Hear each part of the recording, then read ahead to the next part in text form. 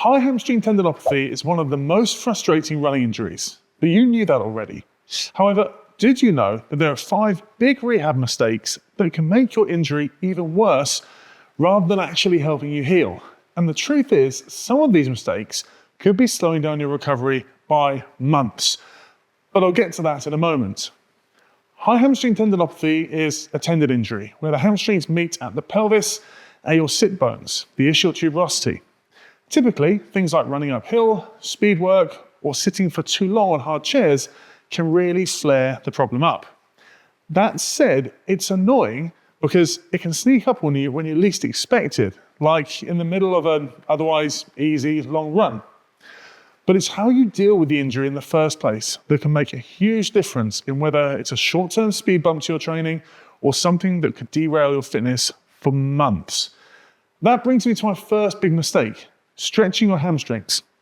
Loads of runners think that diligently stretching your hamstrings will solve the problem when it first rears its ugly head. But honestly, that couldn't be further from the truth. The thing is, when you stretch your hamstrings, you combine tension on the injured tendon with compression. As the tendon gets jammed up against the sit bone itself, it really doesn't like that. In fact, if there's one thing that an angry tendon doesn't like, it's that combination of compression under tension.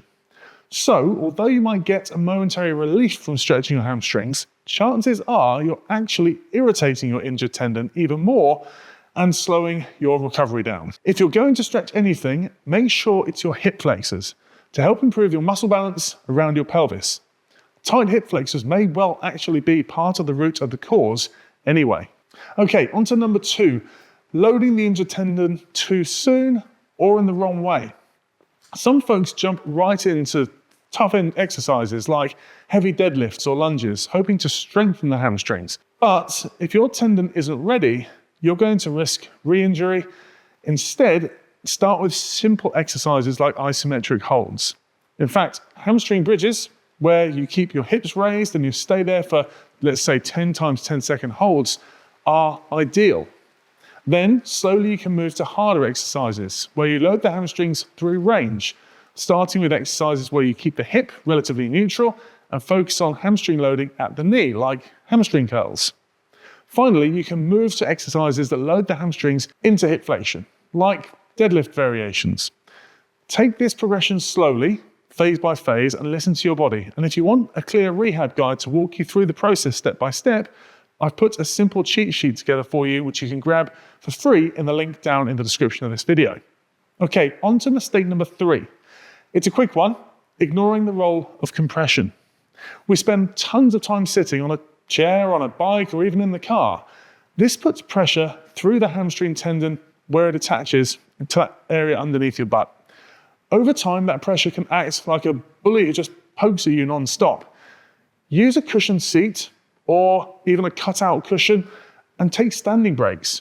Even a little break from direct pressure can stop your tendon from screaming in protest.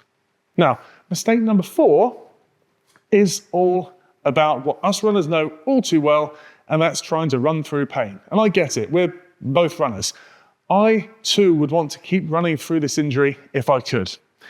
Even if I had to adapt my training plan a little, that would be fine.